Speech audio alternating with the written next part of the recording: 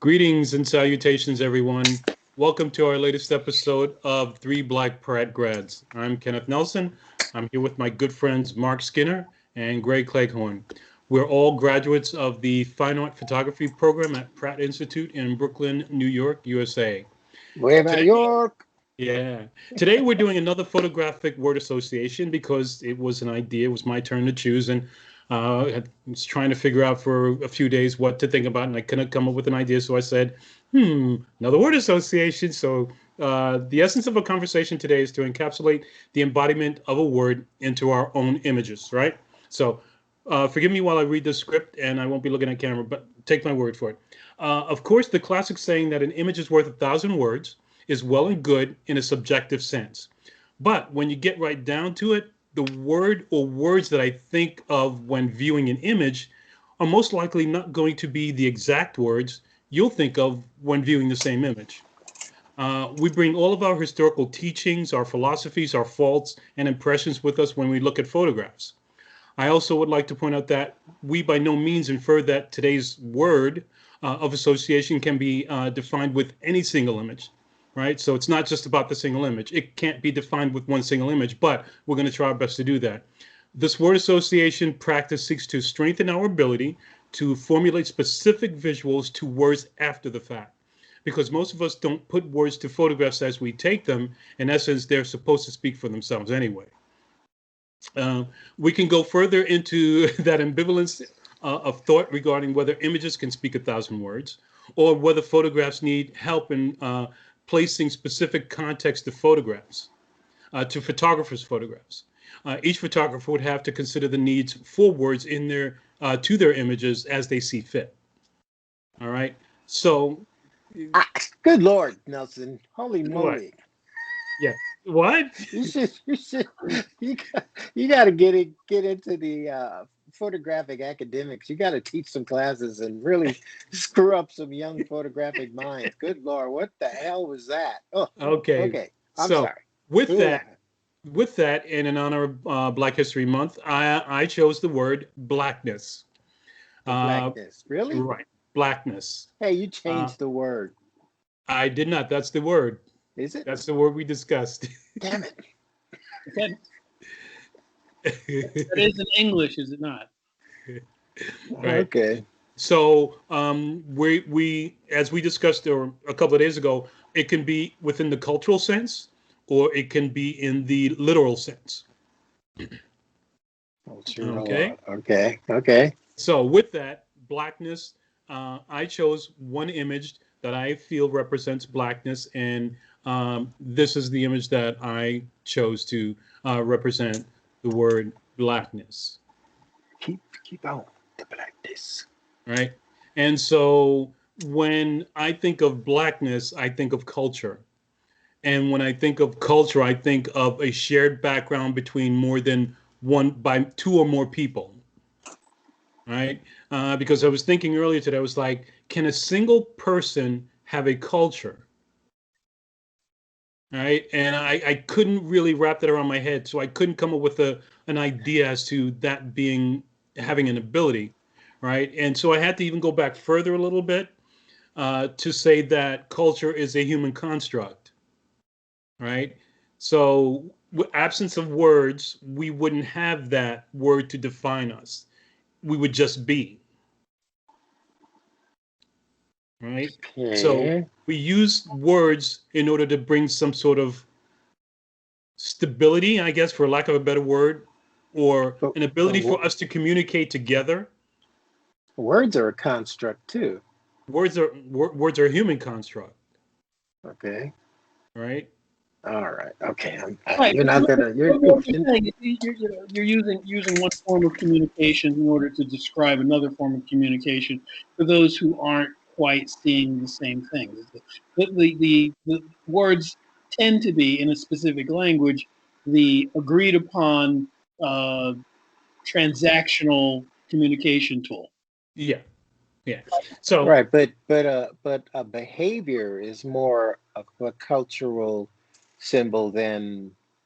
Well, your words can be a cultural signal, but your behavior is that's a complicated. That well, because they're both constructs, but your behavior talks more about your culture than necessarily what you speak. I mean, maybe an accent, you could say, "Oh, you're from this group of people." I'm trying to follow you on this, but Well, Okay. well, here's the thing. Where you kind of lost me a little bit was the question of whether whether a single individual can have their own culture, or does it require more than one person to have a Right. culture? Is it a shared set of values and behaviors, as Greg mentioned, Hmm. be a culture? Is that Right. what you're asking? Right. Well, right, because I was wording a lot of things in my head in reference to my earlier thoughts before we had this meeting as to uh, can culture be defined within a single person, one individual, right? I, Isolated within themselves. Well, I think that's something that's defined by sociologists. That's not really within my purview. Yeah. I mean, but from a layman's idea of Yeah. From a layman's sociology, point of view, yeah. I would say an individual. I would say every individual has their own culture, and then what we find is that there are similarities between individuals or groups of individuals, and we tend to define culture by the shared by the commonality of their behavior and dress and music and all the things that hmm, tend to make up identity. like a microculture versus a macro culture. Because you could get people that live in a certain neighborhood, and that would be their microculture, and they would behave a certain way when they're around their people. But Uh-huh. then when they go to work, let's say, or go, or a New York thing, if you go uptown, that's a different microculture. But New York as a body, Uh-huh. if you go to Jersey or you go to Philadelphia, those people say, "Oh, why is he doing? Oh, he's from New York." So the different microcultures, and then the same thing if you take like an American and you go to Europe, Uh-huh. or Africa, those that macro culture tends to behave a certain way. Okay. So, but then Okay. the only thing I have against this is that, to bring it to photography, if photography is like a visual medium, it kind of, it's about seeing. So, when you put words into it, that's why I don't like putting titles on pictures, Okay. because it takes you out of the joy of looking at it, the image. But here's my question to you. You chose the term blackness. Yeah. You've shown a photograph to Yeah. us that has predominantly African American people. And then we started talking about culture. Now, how are we going to link all of that so that we get a sense of how this particular photo for you helped in just this instance, defined the word blackness visually?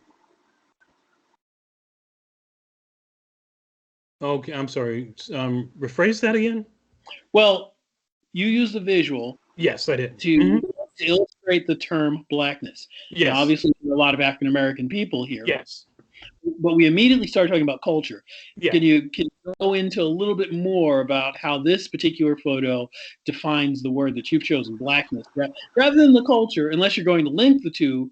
Yeah. Let- Right. Right. Because that's what I was trying to do. Because I think that's what I was trying to just to say that can a culture be an individual item within one person, or must it be shared beyond by people? And therefore, the people who are of a blackness have their culture, then it has to be shared by two people or more. In this particular instance, hundreds, if not thousands, of people.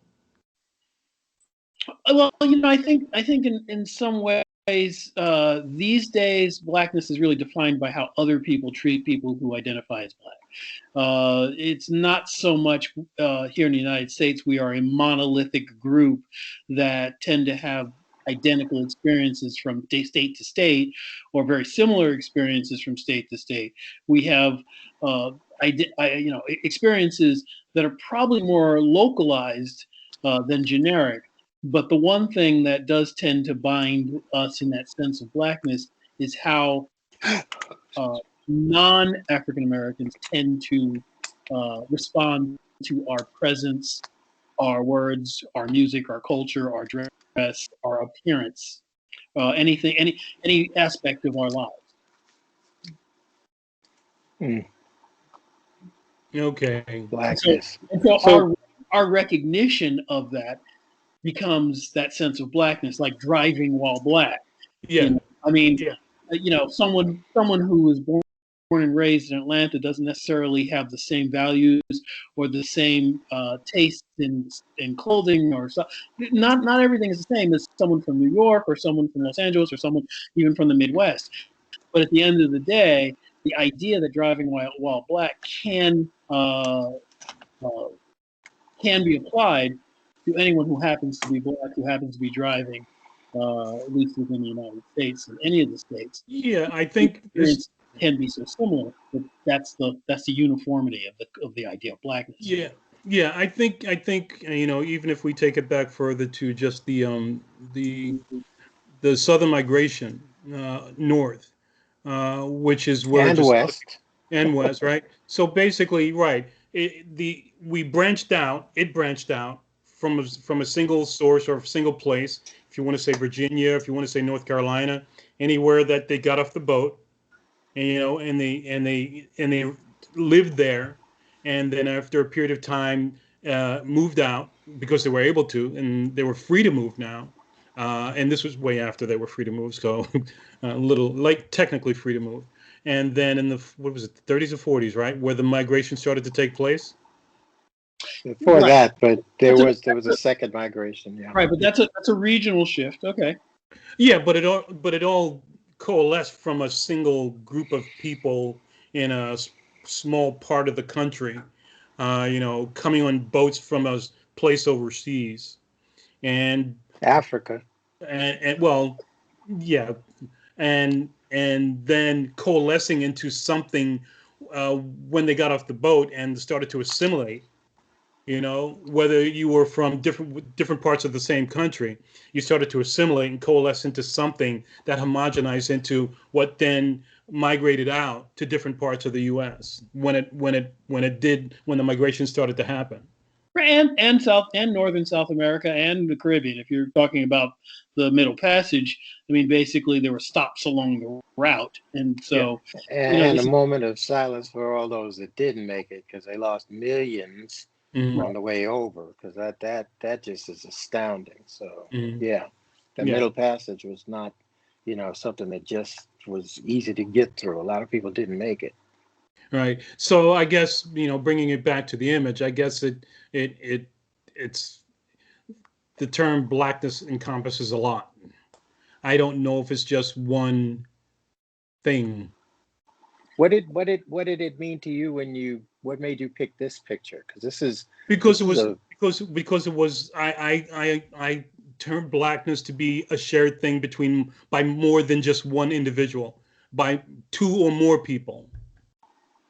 Okay. Right? Because an individual of themselves, I isolated from everything outside, everything anywhere. So you're on an island by yourself. No one's ever saw you there. You've never learned anything from anyone there.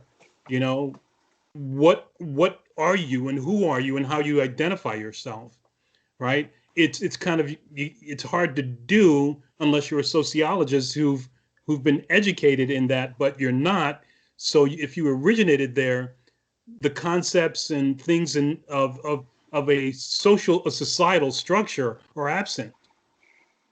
So how do you conceive and do that?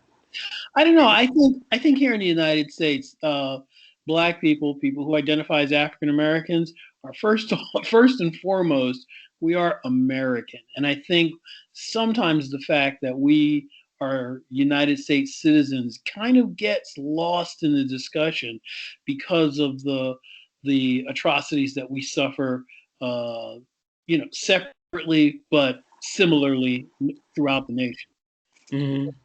And so I think what happens is people tend to associate culture with the region that they grew up in rather.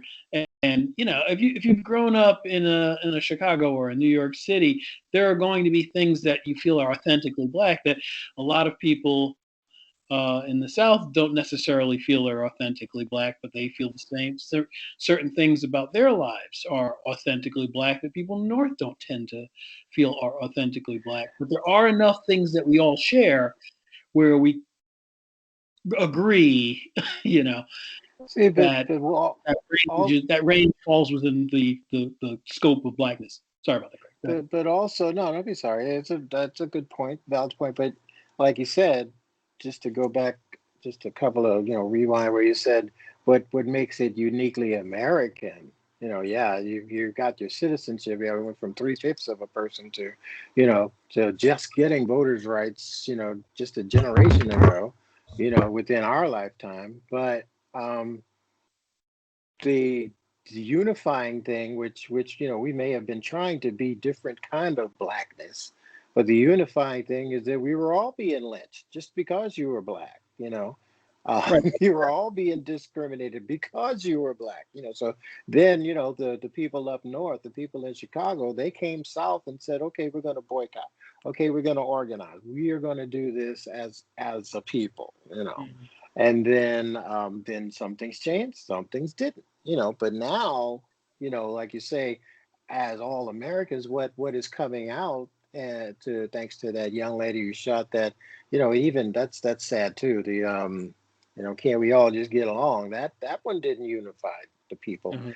The humanity that came out of America in this last thing with George Floyd, Mhm. you know, that everybody came out and said, oh, white people, Black people, Hispanic, Chinese, you name it, Muslims, Sikhs, they all came out and said, no, this is wrong.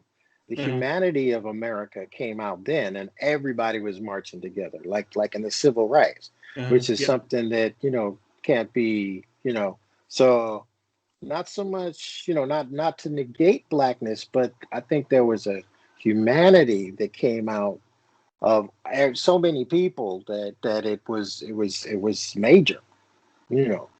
So yeah, it did come out of an oppressive behavior from white supremacy or whatever you want to call it against Blackness, but it was also where everybody said, okay, come on, really, come on. So yeah, okay, I'll go with that. Okay.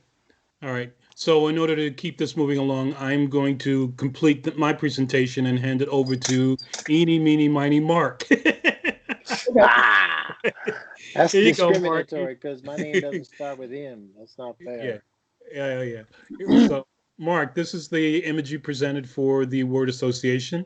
Right. When you said to us, okay, the word's Blackness. One of the things that I wanted to do was I wanted to get a sense of how I felt about Blackness, A sense of as what? a sense of how I felt Okay. about Blackness and being Black, as opposed to being a smarty pants and then just showing my background and going, aha, that's Blackness. I didn't want to do anything like that. So So you did the next best thing. no. So a few years ago, my family and I, we had gone to the Frederick Douglass House in Washington D.C. It's called Cedar Hill, I had a and feeling. and this was his last home, and this chair is Frederick Douglass's chair in his living room, and or his parlor. I don't remember exactly what room it is, but it's one of his favorite rooms to sit near the end of his life. And that chair, as you can see, has depressions in the upholstery, uh, where you can see that the scars from slavery can really leave a lasting impression. I don't mean that in a humorous way. And you think about this man who we think of as the great orator, the Lion of Anacostia, the great abolitionist, the minister to Haiti, the U.S. Marshal, all the things that he's famous for. But at home, you really get a sense of when you are a Black person in this nation, you can achieve but there is a lasting effect, I think, for many of us as individuals, and as we saw this summer, all of us collectively, that is damaging and lasting, and sometimes it lasts even after we're gone. And that that chair really impressed me when I saw that, and I said, "Wow, this is just really something." It really sums it up. And this was before the demonstrations of last summer, uh, and that's just really how how I felt. So, rather than point out any individual that's living, I said before something about living Sure. individuals. In this case, I wanted to show. I mean, you can see it's a well-appointed house from the late 1800s. I mean, he was very successful in his later years, but that portion of his life was still very much part of him, and he had to live with that. And I don't think people understand that. Uh, One of the things that is very important to understand when you are African American, all these things affect you. I mean, I know personally, I don't feel as safe jogging as I had 10 years ago Okay. because of what had happened last summer with Aubrey. So and it seems anecdotal at first, but I really don't feel as safe uh, doing something like that. And so the long-term effects would be I don't get as much exercise as I naturally would, and my life can be shortened. And I'm sure there are other people who have, modified their behavior because of not just because of the pandemic, but because of, safety concerns that uh, not haven't been illuminated, but have become even more important to them at this point. So I You know I know, but Frederick Douglass had a lot of heart. I'm sure he got plenty of death threats, and that they didn't stop him from getting out there and speaking for his people. I oh no, mean, it didn't stop him at all. But what I was getting to I'm was sure he felt a lot less safe than we do today. I agree, but what I'm getting Being an outspoken yeah, former slave, bought himself out of slavery, and he's still gonna right. travel internationally. I'm Oh yeah, certain that he got plenty of death threats, right, more but so than any of us ever have. right, but he lived prior to the Civil Rights Act, prior He to lived in the age of the Klan. What are you right. talking about, What man? I'm saying is He because was courageous, he was courageous, but he understood the risks that he would and have we in don't. all of this. And what I'm saying is the risks that we have are risks that we are not supposed to have. The risks that we have theoretically, We don't live in a theoretical world. We live in the real world. and have been, in many instances, they've been supposedly legally eradicated, yet they still exist.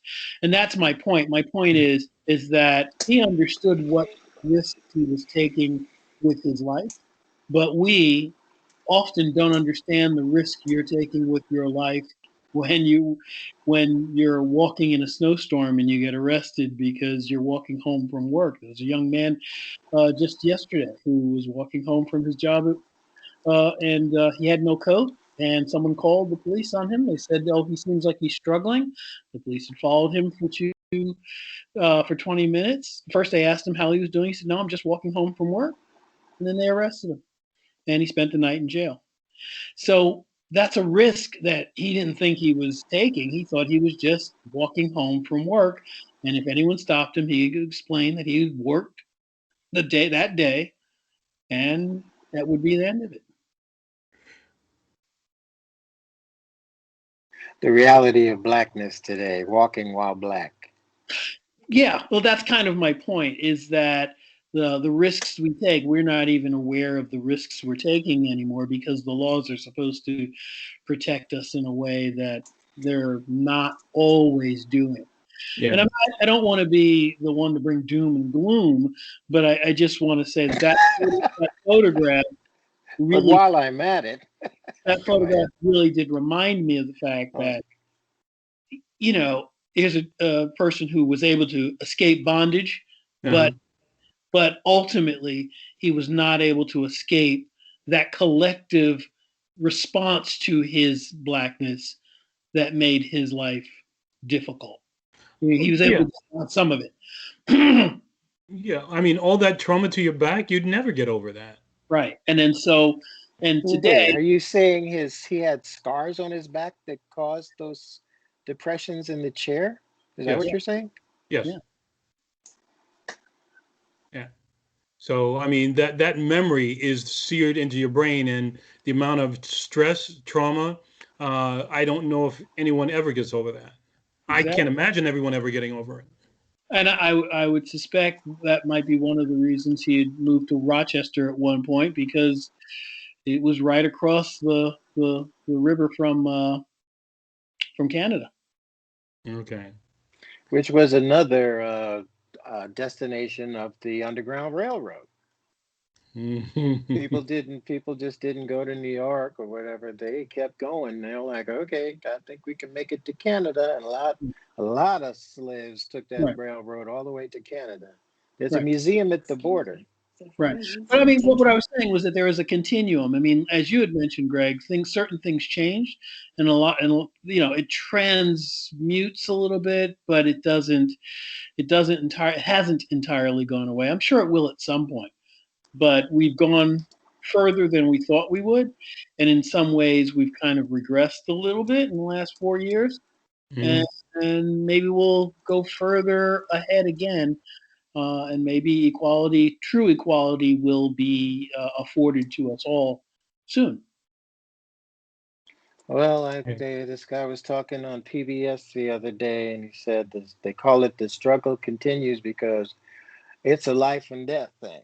It's, because our lives are on the line. So, yeah, it's a struggle. So it's not just gonna, magically disappear like Lucky Charms or something. Yeah. Yeah. Okay, And that Greg, takes courage, it takes courage. All right, go ahead. Next day. I guess you're to lighten anchoring it up. your presentation, so here's your image. All right, just that's really really overscanned on my page here, but can you see the full image there? That is the full frame. Okay. All right. Well, I enjoy this picture because it's pure joy. The joy of this little girl with this oversized basketball and for me it was like a moment, in the father and daughter or father and child, handing off of the generations, the blackness, of course, not stereotypical basketball, but it's a game that black folks enjoy. Some like ballet, some like fencing, some like gymnastics. Popular sport, basketball, and this was shot up in Oakland when after the Warriors won their last championship, and I wasn't following these people around. I was just walking towards the main stage where the parade was going to culminate, and I saw this father and daughter, and she was just, there was just so much love and connection between them. It was just between them, but it was a metaphor to a larger, there I go again, human condition and human blackness condition. That they were sharing, a sporting moments with. He was playing defense, but he was also, and metaphorically, playing defense, caring for the next generation. So I enjoyed the father daughter. If anybody said that black men don't take care of their kids, they can, take a walk. But I just enjoyed this moment that this father was sharing with their daughter, and if you zoom in on her face, she is just having the time of her life. That ball probably To- weighs as much as she does. yeah, it basically It's takes up half of her height. it's half It's, her body yeah. size, but she's ready to drive the lane and probably rise up and rattle the rim a little bit. I love this image, you know, and father daughter moments are universal. you know, I mean, it could be anything, but passing down and passing down the love is so important. And this is just a moment of blackness for me. When you said blackness, I thought about it. I was like, huh. I mean, yeah, there's a lot going on now. That's you know, but when in America wasn't there a lot going on? Hmm. you know Yeah. so when I see moments like this, of a and okay, to see a celebration that it was inspired by parade of a victory, so I could have had hundreds of, woohoo, go Warriors, dub nation, all of that. Hmm. But then in the middle of that celebration there was this moment of joy for me. Hmm. And, I kind of saw it happening and I was like, wait, it's coming, wait for it. And then pop, pop, pop, I got it. And, just the energy in this little girl and, dad's playing defense. I just got a kick out of, it took me back to, the rare few times, that my dad didn't come out much. He was a mathematician. He loved doing his numbers on his slide rule. So, he's very cerebral. But I remember the days he came out and threw the football with us, and I was like, he's smiling. He's always so serious and severe. So those moments are the ones that I take on. And I'm like, one day I'm going to be able to get out there with my kids and we're going to have moments just like this, and I feel it's really important to blackness, to the black culture, and Hmm. to keep the humanity in us, despite all of the, nonsense that's going on. And this is just one of those moments, and I feel a part of that. And um, humanity, I really feel that we cannot, no matter what's going on, you know, um, forget our humanity and not have the courage to continue to live and fight and struggle and have moments like this. I think this is what it's all about. Oh, I agree 100%. I used to do this with my kids when they were that age too. Not with the basketball, but with those little tiny bouncy balls that you get in the discount stores, in the house. Not so much outside, but we used to do that at home, and it was a lot of fun. They loved it when they were toddlers to do that. To try to score like that, and one of them did pretty good because I'm not really a. That's because you're not an athlete. They were probably taking advantage of No, you. I'm a runner and a skater, but I'm not a ball player. Mm. Well, I used to be a runner. Yeah, you didn't even believe that one. Okay, No, now I'm a video watcher, and okay. I just watch what do you call it, videos on YouTube all day. Okay. Wow. All right. So what I want to do is actually, and what I, typically what I do is I usually sort of define the word at the beginning of our conversation. In this particular instance, I thought to define the word at the end of the conversation. So what I'll do is I'll share what Merriam-Webster says blackness is, and we can either leave it there or still continue the discussion. So the fact or state of belonging to a population group that has dark pigmentation of the skin, the fact or state of being black, uh, be the social and cultural identity and experience of Black people. So, and I think I started to say that, oh my gosh, I keep doing this. I'm sorry, guys. Let me switch this around a bit because I keep doing that.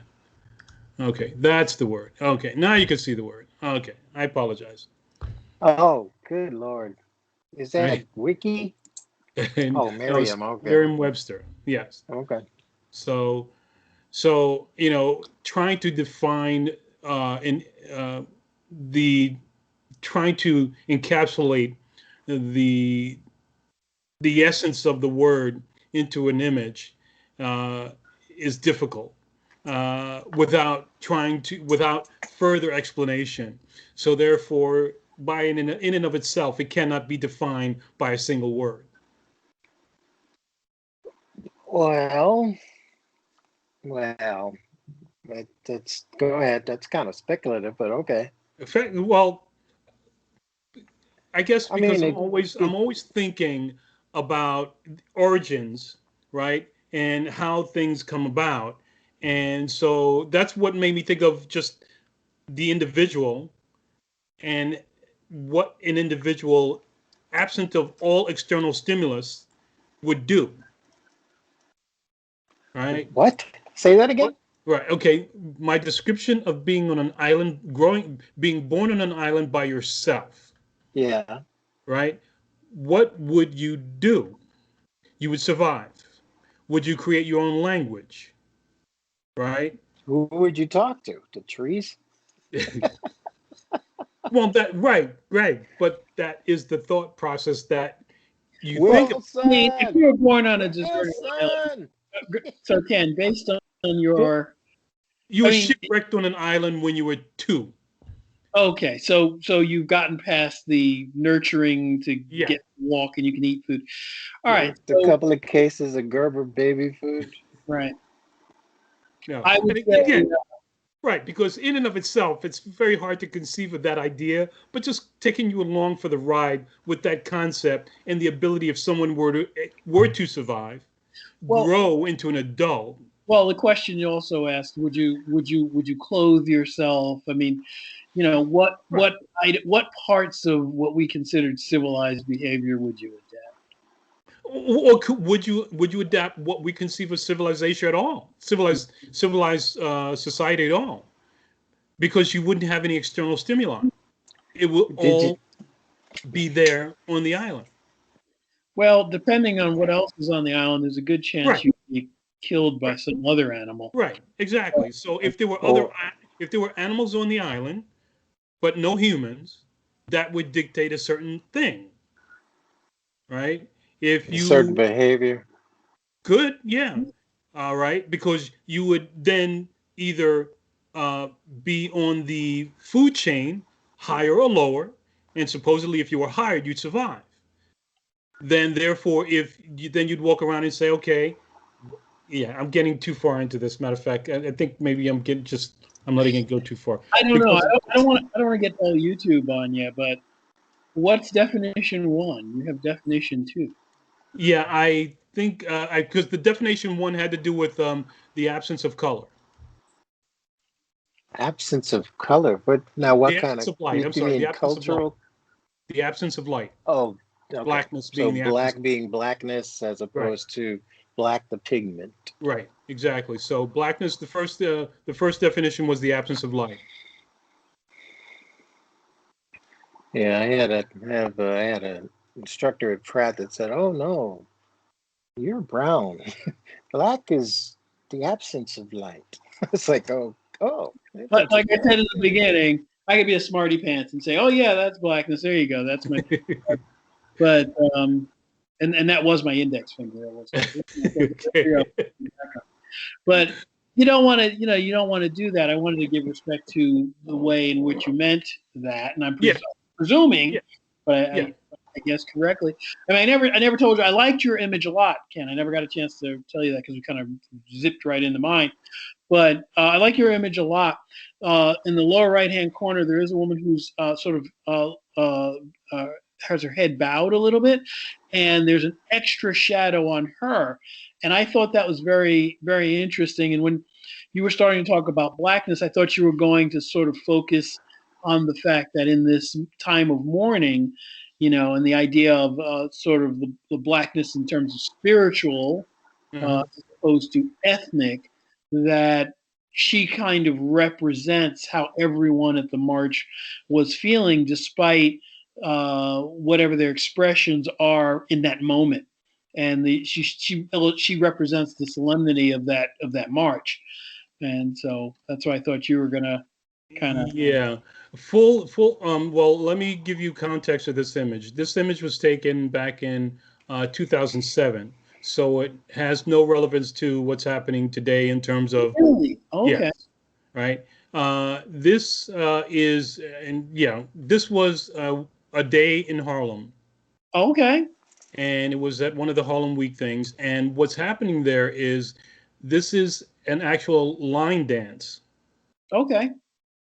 So everyone in this photograph is actually doing a line dance, or actually doing the line dance themselves. So Harlem, the Cupid Shuffle. Sorry, I don't mean to laugh, but the Cupid Shuffle is very delightful. Everybody clap your Yes, hand. yes, yeah. So To the and left one time. right. To the So right one that's yeah. time. I didn't right, and that's part of from my understanding of why this image came about Mhm. and what was happening at that also brought me to this, to bring this up as my example for the word. Mhm. I don't think I've been to a black party yet where they haven't played that song. So that's kind of blackness. Well, am I the only one in this group who talked about the existential angst of blackness? You guys all brought the joy and the sunshine. Yeah, Well, I mean, if you concentrate on death, that's where you'll find it. That's They why say I if you look concentrate for on death, death. you'll find I'll it. end up dead, is what you're saying. Okay, well, Well, you know, I think life, that's a right? You good can't get out of it prediction. alive. But if people are, like you said, walking around in fear that I might get arrested, civil rights movement would have never happened. The buses to Atlanta would have never happened. The buses to Alabama would have never happened. Actually, I think it's just the opposite. I think it was a lot of the fear of that happening again and again and again, and people getting tired of those things happening that afforded people the brave the the the courage to say we have to say something. We have to get help. We can no longer live in this type of fear unnecessarily. So they weren't always, because I went to the oh my God, what was the name of that the motel The where Lorraine. Martin Luther King was killed? Yeah, the Lorraine. When in my cross country drive, I went there. And before this assassination, that was the place to be. All the black celebrities went to the Lorraine when they were in town. So there was a positivity about the whole movement. You know, and yeah, there was a time of mourning after the assassination. But you don't live in the you know then the moroseness of the specter of death that's always there, Well, especially all right. here in America, being walking while black, but No, you not gotta to you live. gotta you gotta have more than that. You gotta have something to live for, Oh, I you agree. know I agree. yeah. I think as we were discussing this earlier today, and as we were talking about it, and just talking about trauma and stress, and I just remember, it was Greg and I, and I'm sure that Mark, you may have at least experienced some of the same things. As Greg, and I'll reference to say, for instance, if we were living in our neighborhood, Red Hook, and we wanted to go downtown to buy something, downtown Brooklyn to buy something, and you had really, and let's say, for instance, you had no money to get on the bus, you just had enough to buy what you needed to buy, so therefore you started to walk to downtown Brooklyn. How would you go to downtown Brooklyn? Court Street. I walked all the way down Court Street many a See, time. see, he would But walk, but go ahead. No, go ahead. no, you Finish go your ahead, finish go ahead. finish finish your No, example. no, no. I remember I had my little job packing bags at a grocery store. I saved up enough money because I was going to be a Red Hook window DJ. I had the speakers, but I needed another turntable. I had the mixer. So I went downtown to, what was that electronic shop on Fulton? Crazy Eddie or Jimmy's or something? Wiz. Anyway, the Wiz. Yeah, I It think it was the is. Wiz. I wasn't crazy Eddie. Crazy Now, Eddie I was a big shot. I pulled out my little bankroll and then, saw the people were kind of looking at me. I bought my turntable, I'm carrying it out, and those guys seemed like they were coming behind me. So I took off going up towards Court Street, by the City Hall, Brooklyn City Hall, and the Uh-huh. courthouse. I figured, that would be a place where there's, not run down Fulton Street because, anything could happen down there. This undercover cop rolls up on me with this gun Wow. drawn. He's like, "What are you running for? Why are you running?" And I'm like, "There's some guys behind me." He's like, "All right, let me see what you got there." Well, I was like, "Oh, it's my turntable. I just bought it." He's like, "Show me a receipt." And I'm up there, on my hands and knees, opening the thing and reaching. I'm reaching for my, I'm reaching for my wallet, officer. And it wasn't until he saw the receipt and the car, the undercover car, that swooped up on me, and they're looking at me like, "Ugh," you know. And until they saw my receipt, they were like, oh, okay. And then they just disappeared. Uh-huh. But I'm like, dang, Yeah. where the hell did they come from? And I didn't feel like I had, they weren't working for me; they were after me. Uh-huh. So, yeah, Well, I mean, I don't know. that's just the Guy story. running with a turntable in a box in downtown Brooklyn. I think even I would have tried to stop you. Sorry. Hey, I also know, Buck. I know I've been jacked before for stuff. So I'm like, if I said, Right, hey, there's these guys. Why didn't you say who's after you? What's right, but going on? right, but you bring up a good point. I mean, it's probably out of the scope of our photo conversation, Way but out. But you were saying that you were afraid of a group of individuals, and then you bumped into another group of individuals who had the authority to stop you and investigate what you were doing, and they let you go.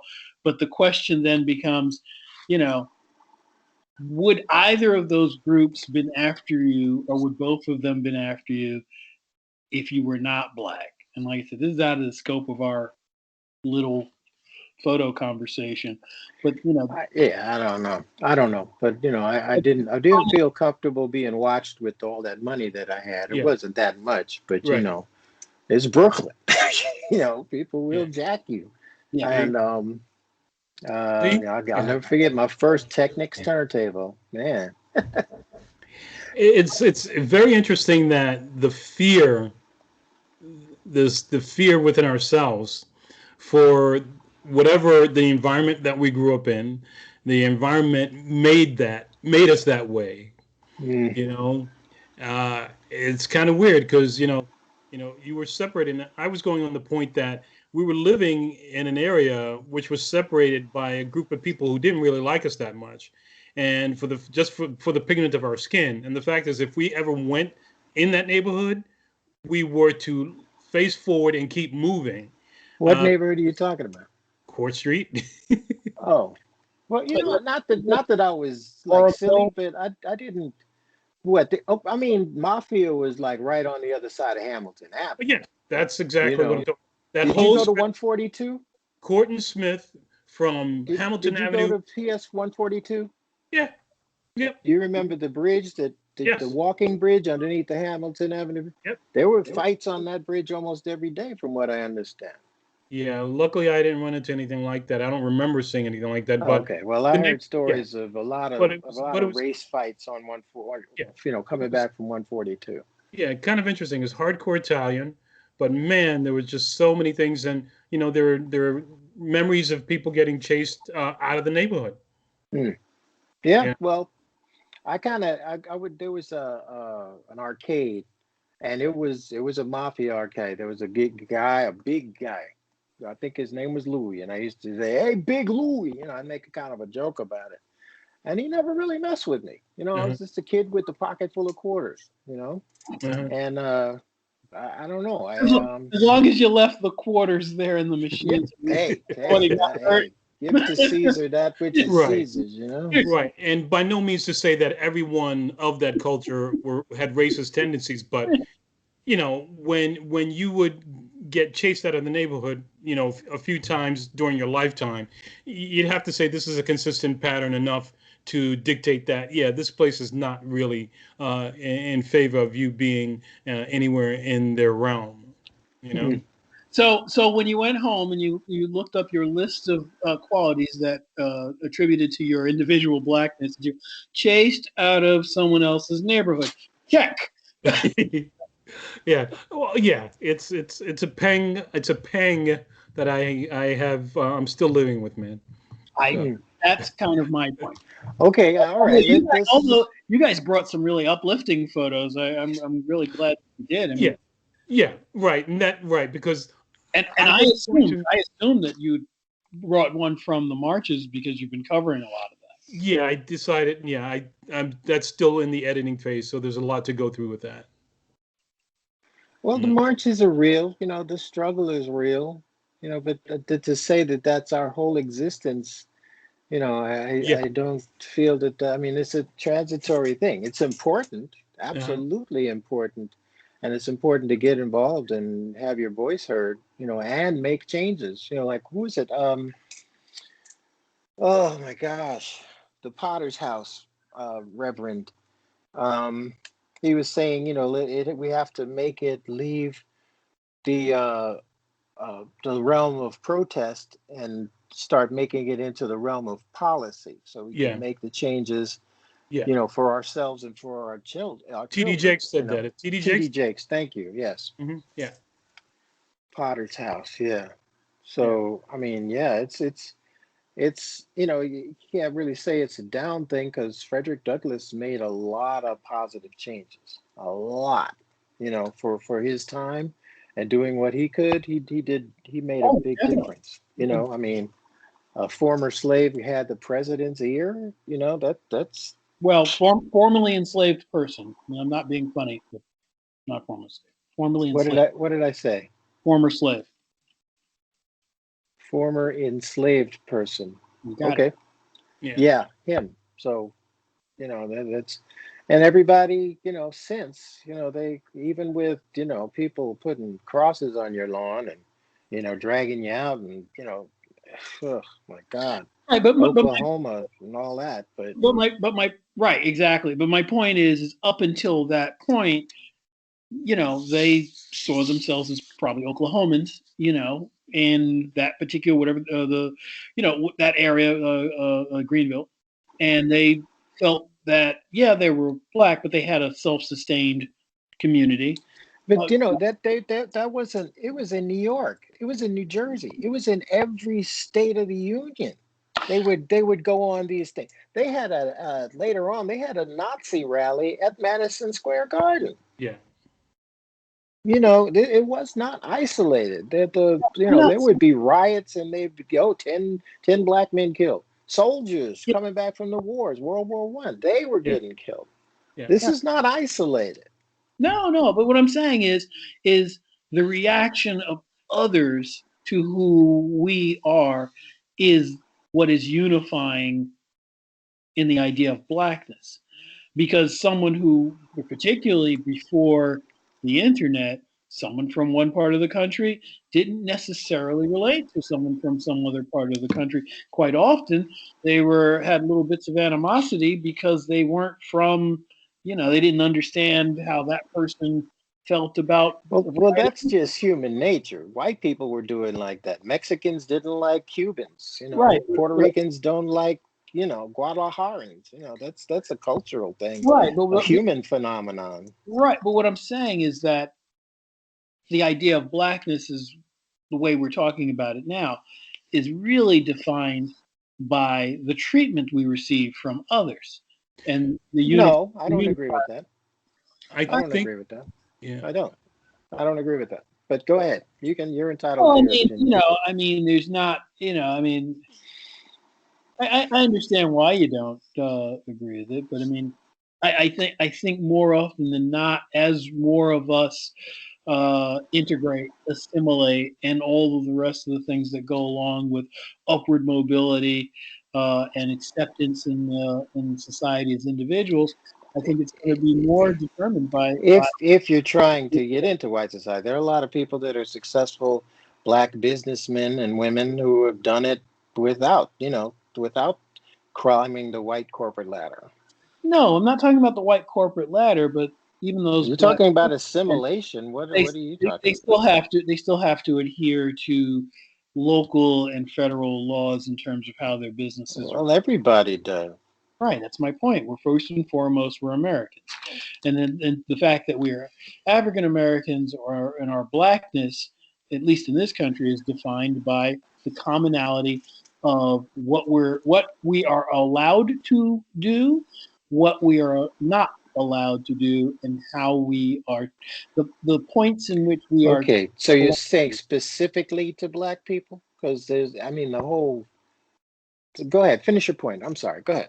No, I mean that was really it. I'm pretty much reiterating the same point over and over again at this point. Okay. No, Um, no, but you're saying, so you're saying that black people are targeted? Is that what you're saying? No, what I'm saying is, if I mean, let's put it this way. Right now, to be a perfect example, you'll find more African Americans who have been afforded law careers or medicine careers than say 100 years ago, right? And that's through groundbreaking by individuals, groups petitioning, changing laws about education, changing laws about where one can live, sociological acceptance, and a variety of factors. But the one thing that is the common thread is that African Americans 100 years ago were very few doctors and lawyers. Now, they're not a lot, but there's enough where you can say, oh, I know a lawyer, I know a few black lawyers, or you can see black lawyer associations that are just a few people in, just one town or whatever. What I'm saying is, we live in a society now where, although there aren't a lot of careers, except for maybe photography, where you can count the top level performers who are black on, one hand, maybe two hands, but not A one. lot of careers. I mean, and let's face it, doctors and lawyers in America, it could be purely an economic thing because that's where the big bucks are. You look at all of the Asians that come over and get their doctor degrees, Indians and white folks too. They're like, oh, I'm going to be a doctor because they make big bucks. I'm going to be a lawyer because they get paid, So, Right, but if yeah, you there was some discrimination or keeping black people out, but for a long time, we were the caregivers. We were the doctors. We weren't being paid for it. We were the wet nurses. We took care of the children, everybody's children. So, and you know, now right, that we can get the degree, that's great. right, You know, and we but have the to. economics is a big thing. Now, I know nurses that are in lines of nurses. Grandmama was a nurse, mama was a nurse, and my daughter's going to be a nurse. mhm, Why? Because the money is good. yeah. X-ray techs make over almost 200 grand, RNs, LPNs. Some of them make more money than doctors. Right, but a general society has to agree that it's not threatening for a particular group to be able to earn that kind of money. Okay, now you didn't you now you're throwing another cog in there. Well, No, I that's think Threatened. I think well, what that's pretty much what I'm getting at.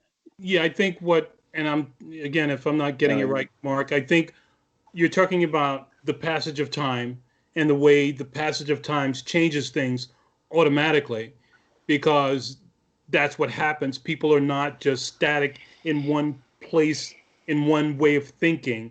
That the ways of thinking and the ways of society changes over time, even within a 30-year period. Where if the society thinks of one thing as a whole, it gradually changes into something else. What that morphs and into, thank God it does. right? And that can be controlled by laws, legal laws and illegal laws. Just by again, walking while black is not a legal term, but it is a thing that happens. Where that But also, and I can say, thank God we're in America because I mean, if Trump had his way and everything kind of went to the fascist side, all of that would come to an end. Hate would stay as the law of the state, period. Yeah, we hate you and we're going to treat you like crap and uh pray we don't kill you. Matter of fact, yeah, bring me about 20 of them. You know, what has been good about this country is that its ability, as slow as it may be, to say, okay, there's a wrong, let's correct it. And it's a small, like moving of a freaking fault line, and it's violent when the earth moves, but little by little by little, changes are coming along. Right. But what is that quotation? I think it was Dr. King who said the arc of the universe, the moral arc of the universe is Leans towards long, love. but it bends towards righteousness. Mm-hmm. True. I think that's one of the underlying understandings that a progressive society tries to understand. And I don't mean progressive politically. I mean progressive meaning it sees the flaws in its society and tries to progress toward a better society. But you got to be very careful. You got the Ted Cruzes. They're going to suck up to that joker that we just voted out of office to say, no, we don't want it to change. Those guys are dangerous. And they made it very clear that what happened on January 6th was okay with them. Yeah. Mm-hmm. You know, that was very close. If they had gotten, they were just 100 feet away from snatching senators while they're trying to count the vote. That you know, they're go moving on. Okay, go buy yourself a Happy Meal. My butt, man, that was serious. Mm-hmm. I agree. Yeah. You know, he invited us down here. He told us to fight. We're ready to fight. This is our 1776. Oh, really? Yeah. You know, and I heard this one girl say, oh, well, the South will rise again. I told her, I sincerely hope not. That might be a good thing for you, but I'm a little concerned. Okay? Yeah. Yeah. Yeah. No, hell no. Yeah. Well, I don't know if you can place what you're talking about on one region anymore. Donald Trump was a man born in Queens, New York. So the He's idea a gangster. Mark, But- in the time that he was making all his millions, nothing got built in New York without the mob. The mob was in control not only of the trash, the private trash industry in New York, they were in charge of construction. Nothing got built in New York without the mob getting a hand in it. And if Trump was building stuff, he was working with gangsters, real gangsters. The Five Families. Look, it's on Netflix. New York versus the mob. you New watching? York versus the mob. I'm serious. Look it. Have you seen it? Well, what I was Do getting you at have that the Netflix? idea. No, I don't have Netflix. Okay, you find somebody who has Netflix and watch New York versus the mob, or when the library opens up again, New York versus the mob. Watch it. Trump is in it. All right. Well, what I'd like to say is that I'm not doubting what you're saying. What I'm saying is It's fact. You can't doubt it. But go ahead. You can doubt anything. saying You believe in Without QAnon? seeing Sorry. movies. that Without we seeing. were what I'm saying is that Trump is a New Yorker and he's the one who has been created kind of the most damage recently for us, and so you can't just say when the South rises again. I know what they mean, but it's a little broader than just one region. Okay, he grew up in Queens, but then he's going to tell a militant white supremacist group stand back and stand by. I don't know anybody in Queens that would say that. He's a gangster, man. Period. Well, I hear you. Yeah. Yeah. But of course, New York is not what it used to be 30, 40 years ago. So it's a different place. Watch. You got Netflix, Ken? Yeah. Watch New York versus the mob. Mr. Trump is in that movie. Yeah. Things did not happen. Man, they were right across the Hamilton Avenue from us. Mhm. Real Cosa Nostra. They were straight up Neapolitan mob right there. Okay. They all of the guys in Key Food were Cosa Nostra mob. I remember them. I remember them very well. Wow. That's probably how I could walk through We've Court gotten Street. a little off Yeah. topic. Yeah. Now that we're just over the hour mark, I want to just close it out.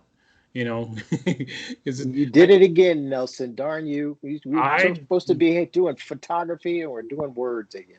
No, because and the reason why I didn't cut it off because it all related, to some degree. We started as a jumping off point with the photograph and the word, but it stretched out because the term blackness stretched out into being yeah, in our descriptions, what our discourse and our conversations, what we wanted to talk about. So it all homogenized into a worthwhile conversation, I think. So what I wanted to basically say is that, again, as anyone who has continued to watch this conversation and is still with us and would like to add their voice to the conversation, we would welcome your comments in the comment section below. Uh, Subscribe. even absence of describing, I just want to hear Oh, people's opinions So I have about a the conversation so question. far. Yeah. Since we've plugged Netflix and YouTube, should we give a shout and Disney Plus? Should we give a shout out to Amazon Prime and to Apple TV as well for equal time for everyone? No, I don't think they deserve it because you know what? Hulu. They don't. Businesses are businesses. They don't have to do anything. They're independent of government watchdogs. CBS All Supposedly. Access to But Trekkies. we like them all. We like them all. We like them all. Okay, guys. Those are good, right? Okay. Yeah, I'm going to cut it off unless either of you have something to close off with in our conversation. I was just going to say that blackness is obviously a word that is infused with a lot of emotion for everyone who feels that blackness can't apply to them, as evidenced by the conversation we've had today. Yeah. Greg? The blackness. Keep on. Okay. Thank you for voting. Thank you for tuning in. If you've been this long, we welcome your opinions. We welcome and we thank you very much. And we'll see you in the next episode of Three Black Pride Grads. I'm Kenneth Nelson, Mark Skinner, Greg Clayhorn. Greg Clayhorn. Bye-bye.